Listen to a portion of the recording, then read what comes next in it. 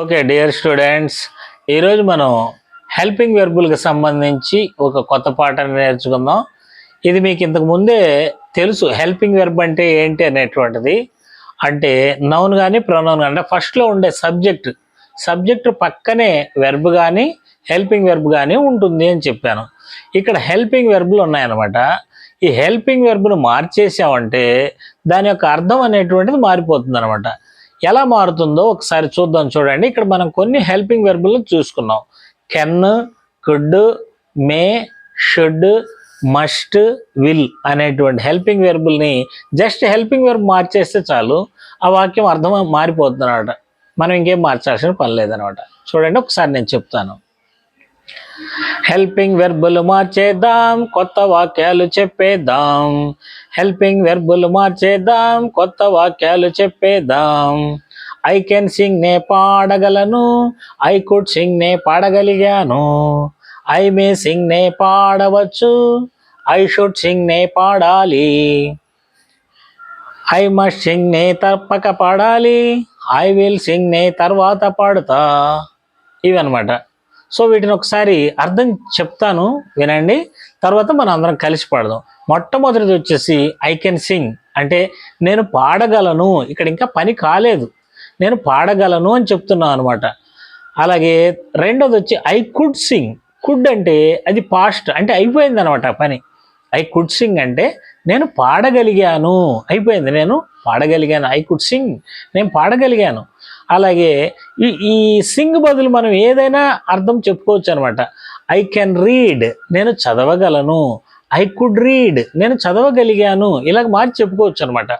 అలాగే దాని తర్వాత చూడండి, ఐ మే సింగ్, నేను పాడవచ్చు బహుశా అనమాట. అలాగే ఐ షుడ్ సింగ్, షుడ్ అంటే నేను పాడాలి, నేను పాట పాడాలి అని అర్థం అనమాట. అలాగే ఐ మస్ట్ సింగ్ అంటే నేను తప్పకుండా పాడాలి, ఎట్టి పరిస్థితుల్లో నేను తప్పక పాడాలి అనమాట. అలాగే ఐ విల్ సింగ్ అంటే నేను తర్వాత పాడుతా. ఇక్కడ మనం గుర్తుపెట్టుకోవాల్సింది, విల్ అంటే ఫ్యూచర్ అని చెప్పుకున్నాం కదా. ఐ విల్ సింగ్ అంటే నేను తర్వాత పాడతా. ఒకవేళ ఐ విల్ సింగ్ టుమారో ఉందనుకోండి, అప్పుడు తర్వాత అని మనం చెప్పాల్సిన అవసరం లేదు. నేను రేపు పాడతాను. లేదు I will sing next month అన్నాం అనుకోండి, నేను వచ్చే నెలలో పాడతాను. ఇలాగ అర్థం రాసుకోవాలి. తర్వాత అని ఇప్పుడు రాయాల్సిన అవసరం ఉండదనమాట. ఓకేనా? ఇప్పుడు నేను చెప్తాను, మీరు అందరూ జాగ్రత్తగా పలకండి. హెల్పింగ్ వెర్బులు మార్చేద్దాం, కొత్త వాక్యాలు చెప్పేద్దాం. ఐ కెన్ సింగ్ నే పాడగలను, ఐ కుడ్ సింగ్ నే పాడగలిగాను. ఐ మే సింగ్ నే పాడవచ్చు,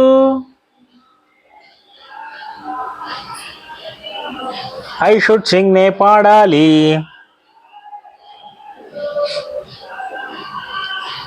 ఐ మస్ట్ సింగ్ నే తప్పక పాడాలి.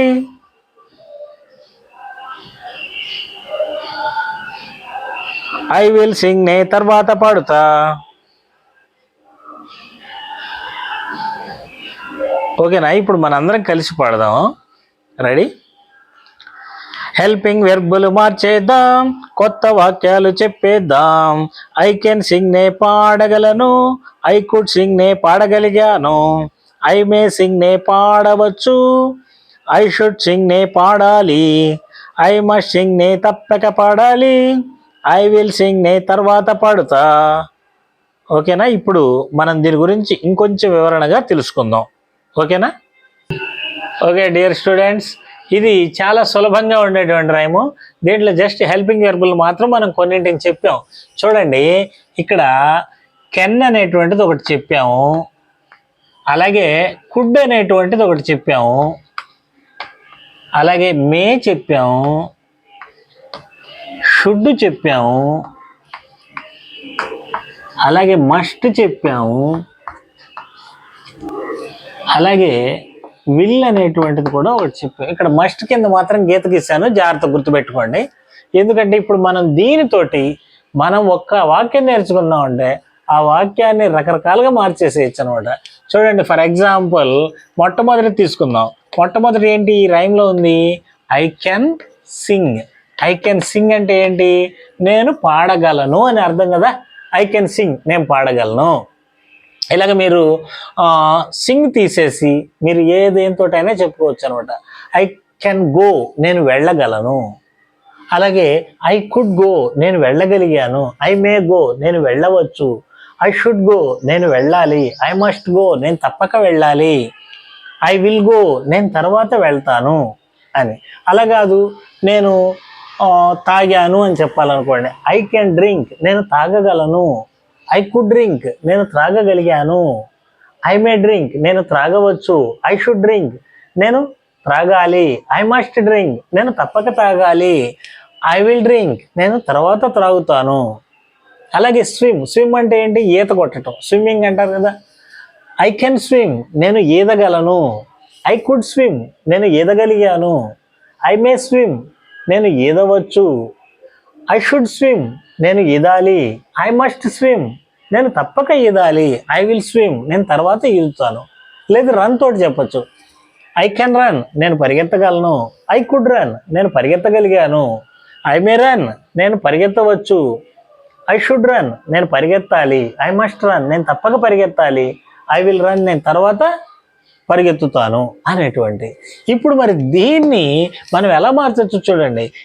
ఇలాగ అనేక వాటితో చెప్పుకోవటమే కాదు, వెర్బులు మార్చి చెప్పుకోవటమే కాదు, ఒక వాక్యాన్ని 3 రకాలుగా మార్చచ్చు. ఇంతకు ముందు కూడా మనం ఇది చెప్పుకున్నాం. ఏంటి? హెల్పింగ్ వెర్బు ఒకటి మనం ఎక్కడ ఉందో గుర్తుపట్టామంటే దాని నుంచి నెగిటివ్ సెంటెన్స్ రాయొచ్చు నాట్ పెట్టి. అలాగే దాని నుంచి క్వశ్చన్ కూడా రాయవచ్చు. ఫర్ ఎగ్జాంపుల్ చూడండి, ఐ కెన్ సింగ్, నేను పాడగలను అని రాసాం కదా. దీనికి నాట్ పెట్టి రాయాలంటే ఎక్కడ పెట్టి రాస్తామంటే హెల్పింగ్ వెర్బ్ పక్కనే పెట్టి రాస్తాం అనమాట. మనం ఇంతకు ముందు కూడా చెప్పుకున్నాం. I can not Singh, I cannot Singh, నేను పాడలేను అని అర్థం అనమాట. ఐ కెనాట్ సింగ్ అంటే నేను పాడలేను, కెన్ పక్కన నాట్. అలాగే ఐ కుడ్ నాట్ సింగ్, నేను పాడలేకపోయాను. ఐ మే నాట్ సింగ్, నేను బహుశా పాడకపోవచ్చు. ఐ షుడ్ నాట్ సింగ్, నేను పాడాల్సి అవసరం లేదు. అలాగే మస్ట్ తోటి మాత్రం నాట్ పెట్టి రాయకూడదు, గుర్తుపెట్టుకోండి. మస్ట్ తోటి నాట్, అందుకే దాని కింద గీత గీశాను. అలాగే ఐ విల్ నాట్ సింగ్, నేను తర్వాత పాడను అంటే నాట్ పెట్టి రాస్తే అలా ఉంటుంది. ఒకవేళ మనం ప్రశ్న రాయాలనుకోండి, ఇంతకుముందు చెప్పాం కదా, హెల్పింగ్ వెర్బ్ని ముందుకు తీసుకొచ్చి రాయాలన్నమాట, అంతే సింపుల్గా. Can I sing, can I sing, నేను పాడగలనా. యాక్చువల్గా మనం ఏం చేసాం, ఐని ఇటు తీసుకొచ్చాం, సిని చివరికి ముందుకు తీసుకొచ్చాం. కానీ కెన్ ఐ సింగ్ అంటే నిన్ను నీవే అడుకో కదా, ఐ బదులు యూ పెట్టుకుంటే సరిపోతుంది అనమాట. ఇక్కడ can you sing, can you sing, can you sing అంటే నువ్వు పాడగలవా. క్వశ్చన్ ఎదుటి వాళ్ళని కదా అడుగుతాం, ఆన్సర్ అయితే మనం చెబుతాం ఐ కెన్ సింగ్, నేను పాడగలను. ఐ కెనాట్ సింగ్, ఇప్పుడు మనకి సినిమాల్లో కానీ సీరియళ్ళలో కానీ చెప్తాడు ఐ కాంట్ అంటుంటారు. ఏంటి ఐ కాంట్ అంటే? ఇక్కడ ఇవి మొత్తం చెప్పకుండా ఐ కెనాట్ సింగ్ అనే దాంట్లో ఐ కెనాట్ అనమాట, దాన్ని షార్ట్ కట్లో ఐ కాంట్ అంటారు. అంటే నేను చెయ్యలేను అని చెప్పి, నాకేదైనా హెల్ప్ చేస్తా ఉంటే ఐ కాంట్ డూ ఎనీథింగ్. ఇలాంటి పదాలు వింటూ ఉంటాం సినిమాల్లో కానీ సీరియల్లో కానీ. ఐ కాంట్ అంటే నేను చేయలేను అని అనమాట. ఐ కెన్ అంటే నేను చేయగలను అని చెప్పనమాట. సో ఇక్కడ మనకి ప్రశ్న వచ్చేసి కెన్ యూ సింగ్, నువ్వు పాడగలవా. అలాగే ప్రతిదాన్ని కూడా మనం అలాగే ప్రశ్న రూపంలోకి మార్చి అడగచ్చు అనమాట. కెన్ యూ సింగ్, నువ్వు పాడగలవా. కెన్ యూ గో, నువ్వు వెళ్ళగలవా. కెన్ యూ రీడ్, నువ్వు చదవగలవా. కెన్ యూ రీడ్ ఇంగ్లీష్, నువ్వు ఇంగ్లీష్ చదవగలవా. Can you drink 2 bottles of water, లేదా 2 బాటిల్స్ వాటర్ తాగగలవా. ఇట్లా మనం ఎదుటి వాళ్ళని ప్రశ్నించాలంటే కెన్ తోటి అడగచ్చు, లేకపోతే కుడ్డు తోటి అంటే అయిపోయినాయి అనమాట. Could you sing a song, నువ్వు పాట పాడగలిగావా. Could you sing a song, నువ్వు పాట పాడగలిగావా, అది అర్థం వస్తుంది అనమాట అక్కడ. మే యూ సింగ్, అది మే ఐ కమ్ ఇన్ అంటారు కదా, అది ఇక్కడ ఇది అనమాట helping verb. May I come, నేను రావచ్చా అని చెప్పి. మే యు గో, నువ్వు వెళ్ళవచ్చా. ఇలాగే వీటన్నిటితోటి. అట్లాగే విల్ అనేటువంటిది, విల్ ఫ్యూచర్, విల్ తోటి కూడా అలాగే రాసుకోవచ్చు అనమాట. Will you go, will you go tomorrow, will you go tomorrow, నువ్వు రేపు వెళ్తావా. విల్ వచ్చింది కాబట్టి ఫ్యూచర్ అనమాట. Will you go tomorrow, will you go next week, will you go next month, ఇలాగ మనం ఈ యొక్క రైమ్ని చూసి మనం రకరకాల వాక్యాలు ప్రాక్టీస్ చేయొచ్చు. ఈ రైమ్ చిన్నదే ఉంటుంది కానీ మనం ప్రాక్టీస్ చేసేది ఎక్కువ ఉంటుంది అనమాట. సో కాబట్టి ట్రై చేయండి, ప్రాక్టీస్ చేయండి. ఓకేనా? Thank you.